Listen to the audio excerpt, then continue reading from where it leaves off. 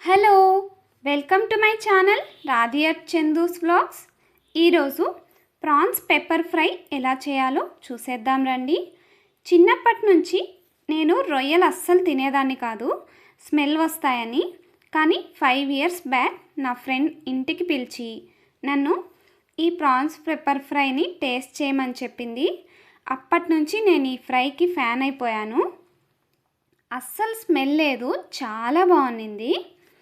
అంత టేస్టీగా ఉండే ఈ ప్రాన్స్ పెప్పర్ ఫ్రై ఎలా చేయాలో మీరు కూడా చూసేయండి.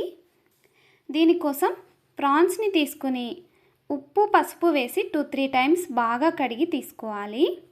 తర్వాత ఇందులోకి సాల్టు, పసుపు, 250 ml వాటర్ పోసి హై ఫ్లేమ్లోనే వాటర్ మొత్తం ఇంకిపోయేదాకా కుక్ చేసుకోవాలి.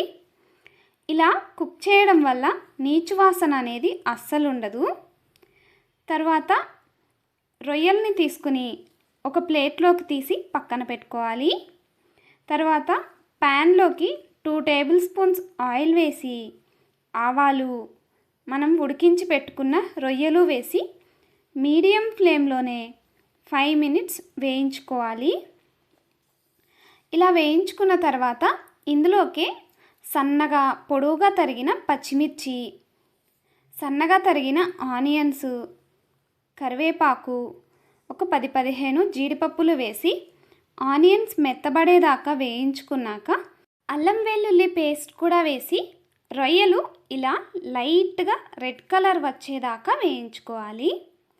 తర్వాత కొద్దిగా garam masala powder, 1/2 table spoon pepper powder, salt వేసుకుని ఇంకొక 2 మినిట్స్ బాగా ఫ్రై చేసుకోవాలి.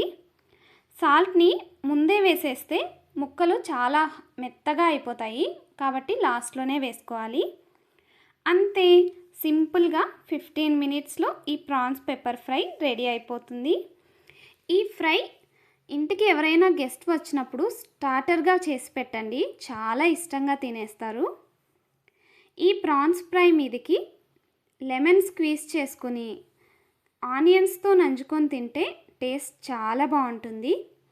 నా వీడియో కనుక మీకు నచ్చినట్లయితే వీడియోని లైక్ చేసి రాధియట్ చందు వ్లాగ్స్ ఛానల్ని సబ్స్క్రైబ్ చేసుకోండి.